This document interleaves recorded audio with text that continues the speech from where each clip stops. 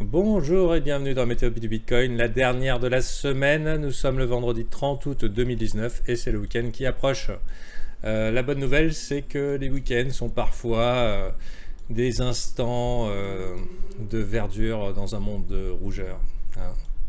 On vous le souhaite, on l'espère, en tout cas pour ceux qui attendent désespérément un rebond pour éventuellement sortir ou autre, ou alors qui cherchent à acheter le bottom. Bon, on regarde quand même la structure ici, c'est pas joli joli, hein. Vous le savez, je pense que maintenant vous êtes au courant. Quand le marché vous sourit, c'est qu'il va vous prendre votre argent et ça fait longtemps qu'il n'arrête pas de nous sourire. Là, il nous sourit à l'envers, donc positif, mais là, d'un coup, il nous fait des M dans des M. Hop, hop, hop, hop, hop, hop, hop. Ah là là, ça pue la merde.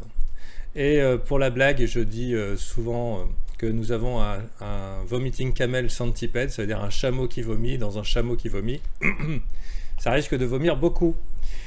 Alors bien sûr, le marché fera bien ce qu'il voudra. Actuellement, le biais institutionnel EMA 9 et EMA 18 sont décroisés dans le sens bearish, donc on est potentiellement à chercher plutôt des shorts que des longues. Des fois ça s'inverse et un petit peu en avance on a le signal et ça se passe en 4 heures, mais pour l'instant on n'y est pas. Rentrer ici en disant bon bah c'est le bottom, c'est ce qu'on appelle avoir des grosses couilles et en acier, hein. Ou alors un petit peu d'inconscience. Pour l'instant c'est extrêmement agressif tant que les EMA n'auraient pas recroisé. Personnellement, je pense qu'il y a un dernier pool de liquidité à nettoyer du côté des 9200.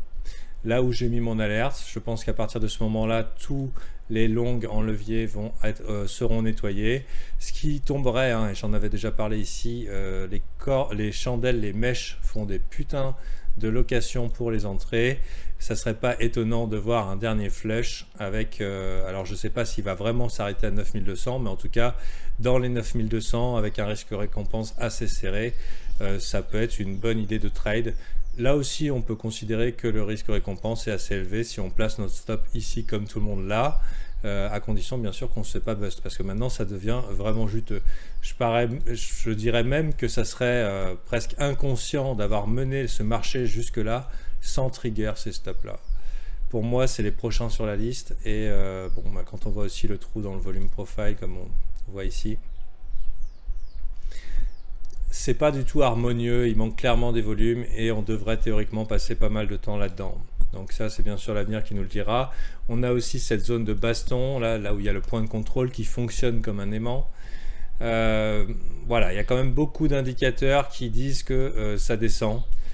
Bien sûr, on n'a aucun contrôle sur les acteurs de ce marché, et si monsieur Grosse Couille décide d'acheter pour 3000 bitcoins ou 50 000 bitcoins d'un coup, enfin je ne sais même pas si c'est possible, bah, le marché va monter, hein. Donc tout dépend un peu, est-ce qu'on a des acheteurs motivés ou pas? Est-ce qu'on a des hodlers motivés ou pas? Quel est leur seuil critique? C'est le moment où ils vont dire ok, fuck this shit. Parce que si les gens refusent de vendre et qu'il n'y a pas vendeur, bah, globalement, le marché va devoir prendre un sens inverse. Ce que je vois, moi, surtout, c'est que pour l'instant, regardez sur cette chandelle de 4 heures, je ne sais pas quand c'est qu'elle va basculer. Normalement, la main est au boule, mais où est le volume? Un petit peu gênant. Plutôt encourageant, cette petite structure bullish sur le RSI, mais pareil, qui va se heurter à une tendance relativement bearish. Et globalement on ne pourra pas prendre de décision avant la résolution du 0,382 ici. Il est très probable qu'on vienne faire un petit flush, qu'on vienne taguer les 9686 pour voir un petit peu comment ça se passe. Si on traverse, plutôt bon signe, avec la grosse prochaine zone de résistance, ce point de contrôle ici. Mais si on vient à montrer un signe de faiblesse ou de réjection dans les 0,382 et éventuellement un M, il faut s'attendre à un mouvement de continuation baissière. AB égale CD, ou ABCD, je confonds toujours les deux. A priori, on fait la subtilité. Donc très possible qu'on aille là-dedans, et comme par hasard, ça donne sur une zone éventuellement de support. Donc à voir. Je dirais aussi que quand je regarde en daily, vu que les marchés aiment bien avancer de manière harmonieuse, autant ça paraît obvious que ici ça a eu lieu déjà, donc on peut considérer que ceux qui ont pris ce mouvement ABCD bah, sont déjà en zone de prise de profit, hein, ce qui explique pourquoi on s'est arrêté ici. Ceux qui ont short et qui ont été prudents dans leur short ont fait déjà le rachat des coins qu'ils avaient vendus ici. Donc zone éventuellement de prise de profit. Ici vous avez vu les candle bandilo, les corps de chandelle bas qui offrent aussi une belle zone de support. Toutes ces mèches qui ont été ravalées sont significatrices qu'il y a des gens qui sont très motivés pour acheter là. Et ici, bah, voilà, c'est confirmé encore. Cependant, la tendance est votre amie et jusqu'à la fin, en fait, jusqu'à ce qu'elle ne le soit plus. Et actuellement, la tendance est clairement baissière et ça fait quand même pas mal de temps qu'elle l'est. Quand on voit un petit peu les réjections de toutes les figures bullish depuis le début août, hein, globalement, ça pue. À noter aussi que donc du coup on aurait un potentiel ABCD supplémentaire et qui pourrait nous emmener ici. Et je pense que ça serait plutôt par là qu'il faudrait être vraiment curieux sur la suite des événements. Mais je vous cache pas que quand on commence à avoir des des M-top, généralement ça pue la merdasse. Le dernier qu'on a eu, il date d'ici, un très très bien dessiné, un M-top. Et là, encore un M dans un M. Donc vraiment ça sent mauvais. La bonne nouvelle, c'est que le marché aime bien le prendre à l'envers, la majorité des gens. Si la majorité des gens passent bearish, ce qui est le cas, peut-être il va nous faire un petit fuck move et une remontada vers les 11 000. Mais quelle que soit la ténacité des bulles et leur refus de voir ce marché baisser, j'ai bien l'impression que pour l'instant, bah, ils ont du mal à assumer le fait de devoir remonter. Hein, à chaque fois, ouais, W non va te faire foutre, ouais, W non va te faire foutre. Donc globalement, ça pue. Et je pense que pour l'instant, tant qu'on ne sera pas venu sur des zones évidentes d'intérêt, hein, donc je pense que la prochaine sera là. Celle-là n'est pas encore perdue techniquement, hein, vous voyez. Hein. On est dans une zone d'achat, la FIR est à son maximum, on est en extrême. L'autre zone va être clairement ici. Donc dans tous les cas, c'est un appel à la prudence. Hein. Et je pense pas que dans une situation d'investissement, alors long terme, le Bitcoin, le futur, 200 000 et tout, pourquoi pas, mais n'empêche que c'est mal engagé pour les périodes à venir. Et si on venait à perdre ce lot-là alors qu'il a été une méga zone de support, ne soyez pas étonnés de voir que à l'avenir, il soit une méga zone de résistance. Voilà, donc là, ça va être la patience. On va essayer de survivre. Hein. Donc le but, hein, quand on est dans un bear market, c'est de survivre. Faire survivre le capital, éviter les conneries, éviter de rentrer trop agressivement en disant « Ah, buy the dip, le train va partir sans moi ». C'est très improbable que de ceci, en une heure, on renverse une tendance aussi forte baissière et de faiblesse qui s'est marquée déjà depuis le précédent top ici, le 26 juin. Donc après, jusqu'à preuve du contraire, on est dans un range.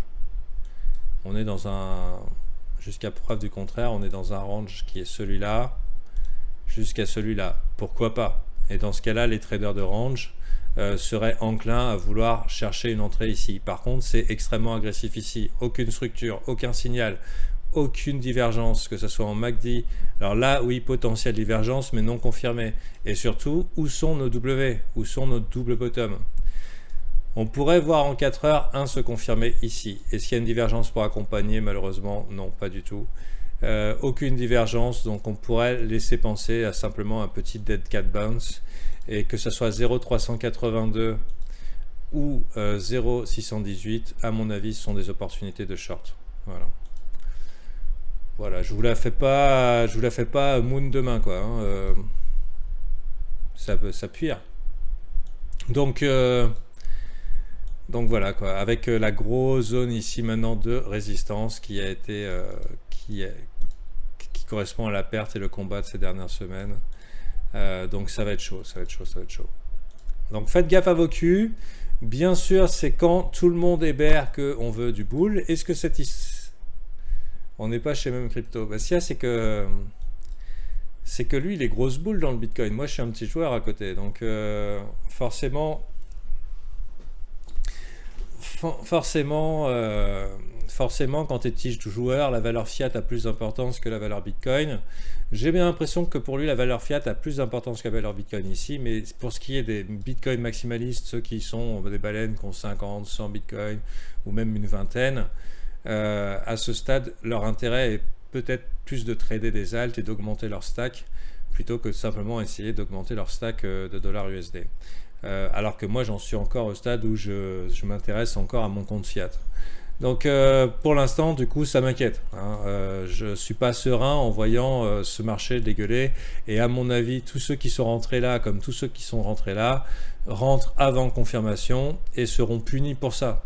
Alors peut-être j'ai tort, mais il existe aussi une structure qui s'appelle le head fake, qui n'est pas très connue, surtout quand on ne fait pas de l'order flow, mais sachez que je vous parle souvent des W bottom ou des M top, mais il existe le head fake, c'est-à-dire qui consiste à un breakout et une réintégration immédiate dans le range. Et globalement, c'est extrêmement bearish. Et le point d'entrée est généralement au milieu du W. Puisque globalement, tous ceux qui sont rentrés là sont passés vendeurs et sont en panique, plus que tous ceux qui sont passés là et qui ont acheté la partie haute de W en pensant to the moon, pareil, sont en panique et ça vient appuyer, tandis que les derniers qui sont là en disant oh putain ça chie dans le gaz, eux aussi essayent d'avaler leurs pertes. Donc là, vous venez d'apprendre un pattern qui s'appelle le head fake et qui n'est pas très connu, en tout cas dans la... J'ai bien l'impression que c'en est un. Comme ici, c'en était un, totalement. Hein. W, on perce, on réintègre, hop, et là, ça vient dégueuler. Donc, attention à vos culs. Je pense qu'il serait plutôt raisonnable. Ok, donc les gens sont très satisfaits à acheter les bottoms et c'est extrêmement satisfaisant en disant j'ai attrapé l'absolu bottom, mais en early, on n'a même pas encore le signal. Et la probabilité est davantage d'aller chasser les rebonds, revendre les rebonds. Ici, il y a clairement un trade à prendre si on venait à rebondir. Est-ce qu'il est garanti gagnant? Non, aucunement. Mais la probabilité est toujours que la tendance va continuer. Alors certains me diront, oui, mais la tendance en weekly, elle est boule. Ouais, c'est vrai que ça fait 6 mois que ça monte, mais n'empêche que la parabole, elle est niquée depuis longtemps. Hein. Donc, attention à vos culs. Attention à vos culs. Le passage ici du MACD ici n'est pas bon, le RSI est à chier, alors en plus on est en train de passer sous les 50. Alors bien sûr, qu'est-ce qu'on voudrait voir si on est crypto bull?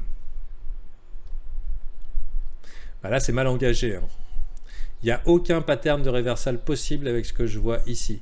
Le seul truc qui pourrait arriver, allez, en mode grosse couille, c'est que pendant le week-end, ce truc-là se transforme en un gigantesque hammer. Vous voyez, comme ça là, où le body candle reviendrait totalement absorbé ici, ce qui est d'ailleurs impossible, hein, parce que l'entrée elle s'est fait là, donc ça serait ici, et ici ça soit une gigantesque mèche. Comme on a eu là par exemple. Mais comme vous le pouvez le constater, ça sera que la semaine suivante qu'on saura si ça a constitué une résistance ou alors si c'était la continuation baissière. Dans tous les cas, on n'a pas de beau weekly, on n'a pas de belles chandelles weekly qui se présentent à nous. Surtout que les mèches aiment être remangées. Regardez-moi ça, clac, ça a été remangé instantanément. Attention, attention. Maintenant, en early, est-ce qu'on a du trade à prendre? Mais c'est pas le early qui va faire votre week-end. On a un gap ici, donc peut-être amené à être retesté. On a un autre gap ici, purée, c'est pas joli. C'est vraiment pas joli. Pourquoi? Parce que justement, ça nous confirmerait ce scénario head fake. Pas joli, pas joli. Alors après, en 4 heures, éventuellement, si on voulait un site de retournement, on attendrait bien sagement... il va falloir attendre du temps, hein, je dirais, parce que maintenant, on va devoir faire face à cette trendline globalement. Ce qui veut dire que ça va être difficile de pouvoir sortir de ce marché avant début septembre, de ce marché baissier. Et on attendrait aussi bien sagement le croisement des EMA avec une structure, mais malheureusement, où est la divergence? Pour qu'il y ait divergence, ça veut dire qu'on buste ces lots-là et qu'on fasse un W un petit peu plus bas, justement dans la zone d'intérêt majeur ici. Bon, je ne suis que le messager, c'est ce que nous disent les graphiques ici. Bien sûr, je suis complètement disposé à changer d'avis, et même rapidement, hein, il suffit que je vois des internes différents. Je vous dirais autre chose, c'est que si tout d'un coup on avait une méga chandelle qui passe en vert comme ça et qui break ici, ça serait extrêmement bullish. Improbable, mais bullish. Faut le savoir. C'est le scénario le plus bullish de l'univers. Mais très très improbable. Bon, après c'est le Bitcoin. Hein. Le Bitcoin, il nous fait des blagues des fois. C'est pas la première fois qu'après un mouvement extrêmement baissier, il nous l'a fait à l'envers comme ça. Donc prudence. Mettez-vous en position de force, révisez votre AT, mettez-vous en situation de survivre éventuellement pour le prochain bull push. On va pas parler de bull run, mais éventuellement bull push. Et pour l'instant, bon, bah, si vous êtes à l'aise et que vous êtes en dollar cost average et que chaque mois vous mettez une petite somme pour investir dans le Bitcoin le premier du mois et c'est toujours la même somme, bah, à la limite que le prix diminue, bah, donc vous n'êtes pas trop déçu. À la limite, vous en aurez plus dans votre stack si vous êtes bullish sur le Bitcoin sur le long terme. Ah, petit scénario bull que j'ai identifié en tête. Il faut savoir que le bottom du BTC en 2015 a eu lieu un mois ou deux après le halving du Litecoin. Donc on va aller sur Bitfinex. Clac. Donc là, ça c'est pour vous mettre un petit peu de bons sentiments et d'espérance, hein, mais il faut savoir que quand on est dans un trade, on a toujours envie d'écouter celui qui vous dit que c'est bullish. Hein.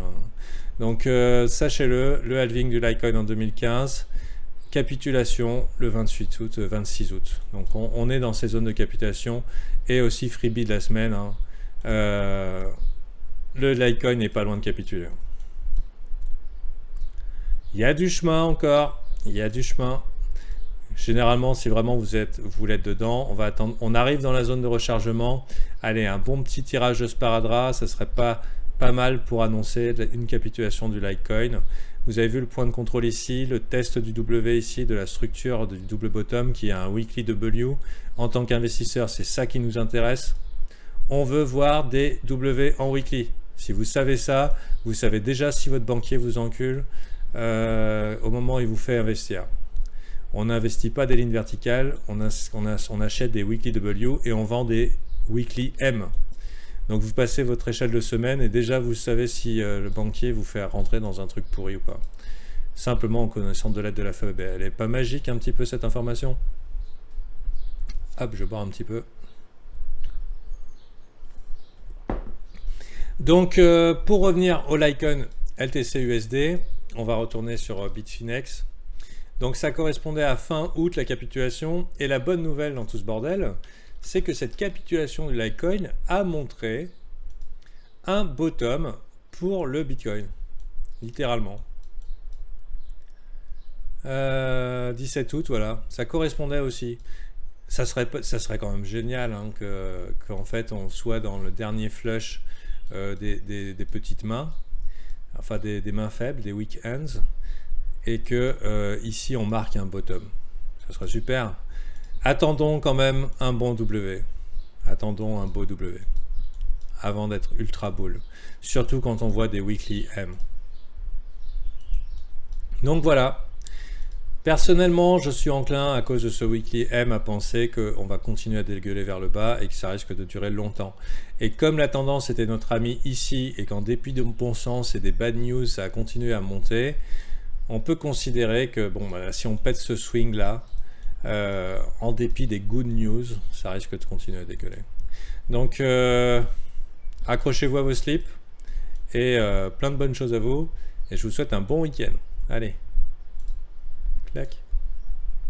Ah, en parlant de week-end, le Patreon, la facturation, c'est le premier après-midi. Le premier après-midi, donc ne prenez pas le premier le matin. Hein. Et idéalement, vu que les briefs, il n'y en a pas le week-end, c'est le 2. Si vous voulez rentrer sur Patreon et donc apprendre à intégrer le groupe VIP, apprendre à améliorer votre trading, découvrir ce qu'est un trading plan, découvrir comment j'utilise l'indicateur, etc., etc., poser des questions d'analyse en quotidienne, en temps réel, etc., etc., faire partie du groupe qui est déjà bien nombreux, et ben, le bon moment pour le faire, c'est de le faire et ben, lundi. Et on se donne rendez-vous lundi. À bientôt, c'était Fanta.